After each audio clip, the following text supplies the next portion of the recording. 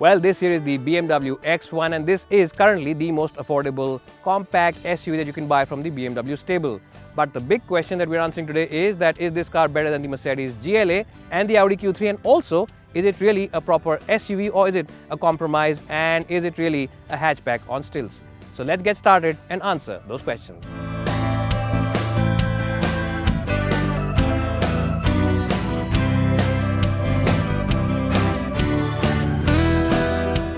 Well, be prepared to be completely blown away by the quality inside the cabin of the X1. This might be the cheapest SUV in the BMW range, but the car company has not compromised when it comes to overall quality, and everything on top of the dashboard, all the switchgear and even the lower end of the dashboard has very good quality as well as very good fit and finish. And special mention must be made of the leather stitching over here on the center console. It really does add to a sense of luxury inside the car, and also whoever's sitting here will be brushing against the leather instead of brushing against plastic, so that also adds a sense of upmarket feel to this cabin. What you'll also completely enjoy are these seats, because they offer you very good cushioning, very good support, and if you are someone who is as tall as I am or even taller than me and have long legs, then you can always make the depth of the seat even wider and more longer, because you can take out the base over here, and that also adds to a sense of comfort. The seat cushioning is really spot on, and what's also very good about this car is that it is very practical, and you get a nice and big glove box where you can keep a lot of equipment. You also get this tray where you can keep your cell phone and your wallet, and there's also a big box below it where you can keep cell phone, wallets or your chargers and stuff like that. And the door bins, my favorite talking point about the car, is also big enough to house that big 1 litre bottle from your home. So overall, it is a great place to be. Special mention has to be made about the BMW's iDrive system as well as this swivel wheel. It is by far the easiest system to use, and compared to its rivals, the Mercedes GLA as well as the Audi Q3, this one is more intuitive. It is much more brighter, and the menus also are laid out in a very intuitive manner, so it's really easy to operate while you are driving. As I said, it really is a great system overall. The only thing missing is that maybe BMW should now think about adding a touchscreen feature also on this system, but overall it really is very good. Well, this particular car is the top of the line version, so you get all the bells and whistles including this panoramic sunroof. But of course, if you want to know about the specs and the variants of the X1, you should head to our website. We've of course linked the model page on the description box below, so you can check that out by going to our website for yourself. Well, the reason I'm laughing in the back seat is because these seats get your own bottle holders, and that's a good thing in the door pads, because most people who are buying these cars will be sitting over here, and you know, when you're on the highway and or even in the city, you don't really want to be sitting like this and asking your driver to give you that bottle of water. Ramu, pani ki bottle de zara, bahut pyas lag rahi hai. You don't want that all the time. So these seats are excellent for someone who prefers to be chauffeur driven in. The seats themselves are very good in terms of overall backrest angle as well as support, but they could have done with a little more under thigh support, and maybe the seat scope could have been a little more longer to accommodate the taller people. But overall, these seats are more than adequate. The glass area is also pretty big, which means that the cabin feels nice and airy, and even though there is a bit of a hump in the floor panel, whoever's sitting here has plenty of place to raise his feet. Also, you get your own AC vents as well as a 12-volt charging point. So the back seat of the X1 is definitely better than the Mercedes GLA, and is pretty good and similar to the Audi Q3 seats.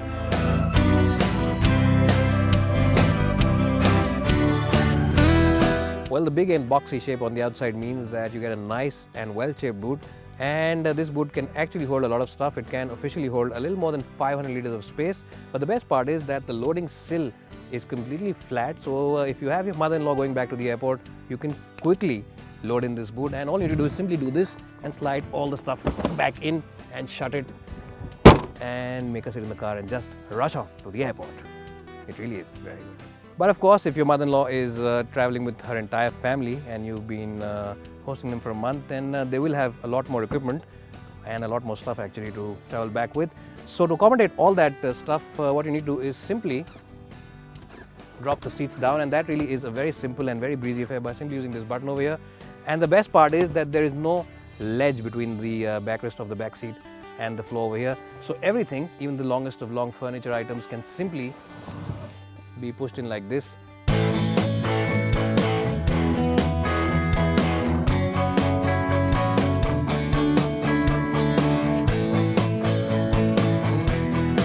So So the BMW X1 comes with only one engine option, that's a 2-liter diesel, and this engine makes about 190 bhp of power as well as over 400 Nm of torque, and it uses an 8-speed automatic gearbox, which is probably the best automatic gearbox in this segment. And why do I say that it's the best? Because the gear shifts are seamless, they're very quick, both upshifts and downshifts, and they really are as smooth as silk.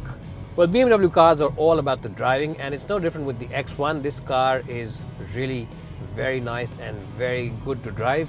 Now it feels as disciplined as your high school principal does, and it feels just as stern as the warning from your high school principal when you, of course, used to loiter around in school, because in terms of handling as well as the steering feel, it is as direct as it can get. And when you use the steering wheel and put in inputs into it, even the smallest of inputs that you give the steering wheel are followed by the tires on the outside. There is no lackness, there is no looseness about the steering wheel, so it really is a great steering wheel. And also this X1 has a very dynamic and a very agile chassis, so it really does enjoy changing lanes very quickly, and really does feel like you are driving a very sporty saloon. And what I'm trying to essentially say is that this car does not feel like a compact SUV. It really does feel like a sporty hatchback or a sporty saloon when you're, of course, driving it. And it's a car which will truly put a smile on your face. Now, starting off from cold, there is a little bit of diesel engine clatter from this engine, and that's quite okay, because once things start to get nice and warm after a couple of minutes, this engine does tone down quite a bit. And when you're, of course, cruising on the highway and are using the 8th gear, the engine really is spinning at a very low 1600, 1700 RPM, which means that the cabin really is nicely isolated from whatever's happening on the outside. It's a nice and quiet cabin to be in. So that diesel engine clatter is only in the initial bit when the engine is not warmed up enough, and after that it really becomes a nicely toned down engine, and cabin isolation really is very good. In fact, when you are cruising on the highway, the only bit of noise which enters the cabin is a little bit of tire noise and some wind noise which comes in after you exceed speeds in excess of 120 kph. But for regular highway speeds of say about 80 or 90 kph, this car really is very quiet and well isolated and well damped as well. So usually people will not change the settings on this car. They'll mostly use the comfort setting over here. But of course, if you are someone who really does enjoy pushing his car into corners and enjoys really being on the edge of his car's overall dynamics, then you can always choose the sport mode. And once you, of course, press this button here, everything becomes very tense and very tight, just like The Rock's muscles. And this car becomes a lot more fun to drive. It becomes a lot more engaging to drive. The gearbox tends to become a lot more sportier, and it does feel like you're driving a car which has gone to the gym and really has been working out very hard. In comfort mode, it's pretty okay, but in sport mode, it is in a different league altogether. Well, BMW has given the suspension of the X1 a slightly stiff edge, so even if you are driving this car in its comfort settings, this car does have a little bit of stiffness in the suspension. So sometimes at slow city speeds, some of those badly patched up roads can just filter into the cabin, which can become a little bit of an annoyance. So you have to really glide very slowly over them. You can't just go over them quickly. So those rumble strips can be a little irritating. But on the highway, this car feels rock solid. It feels very well planted and has a very solid sense of reassurance. Well, this car comes with an 8-speed automatic gearbox, and it really is a very sharp gearbox. It really does shift both up and down very quickly. And what that gearbox also does is that it helps this car achieve acceleration figures very briskly. Now 0 to 100 comes up under 8 seconds. It takes a little over 7 seconds actually. It's 7.6 on the official website. And going by our experience of this car since the morning, it is a very brisk and a very quick car. So you have to be a little careful with your right leg if you are darting around city traffic, because before you know it, you might end up doing illegal speeds inside the city.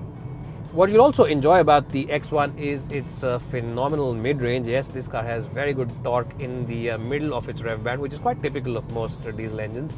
And if you keep this engine between 1800-1900 RPM and till 4000 RPM, this car's engine has waves of torque. And if you just smash that accelerator pedal down, you will be bolted in the seat like this. And it's a great trick to play with your kids, because if they're sitting in this seat, you can always tell them just to hold on, because you're just going in for a quick acceleration run, and I'm sure those kids will have a bigger smile on their face than when they even watch their favorite Shin-chan on Cartoon Network. It really is a car which will put a smile on your kids' faces. Well, overall, in terms of steering wheel feedback, as I mentioned, it's very crisp and a very, very sharp responding steering wheel, and it really does give you very good feedback from even the smallest of inputs, but it is slightly on the heavier side. Yes, even in the comfort setting, the steering wheel feels like it is on the firmer side. So sometimes you might be thinking, well, maybe the car's tire pressure is on the lower side, and you'll go out and check it or tell your chauffeur to check it, but that's not the case. The steering is on the heavier side, and that's a good thing for people out on the highway or if you are in the hilly sections. But in the city, sometimes it can take a toll on your triceps and biceps.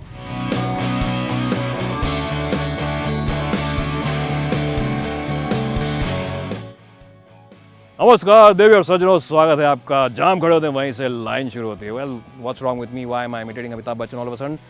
Simply because just like AB Senior, this car is a very good all-rounder. It's great for driving, it's great for driving pleasure, it's great for people who enjoy the back seat, it's great for a very big boot, and it comes loaded with a lot of features. And being a BMW, it's also very desirable. So what I'm essentially trying to say is that this car is the best premium compact SUV that you can buy, and definitely better than the Mercedes GLA as well as the Audi Q3. So you should definitely go ahead and check this car out at a BMW showroom near you. और देखने के लिए बहुत बहुत धन्यवाद. It's bye for now and hope to see you soon.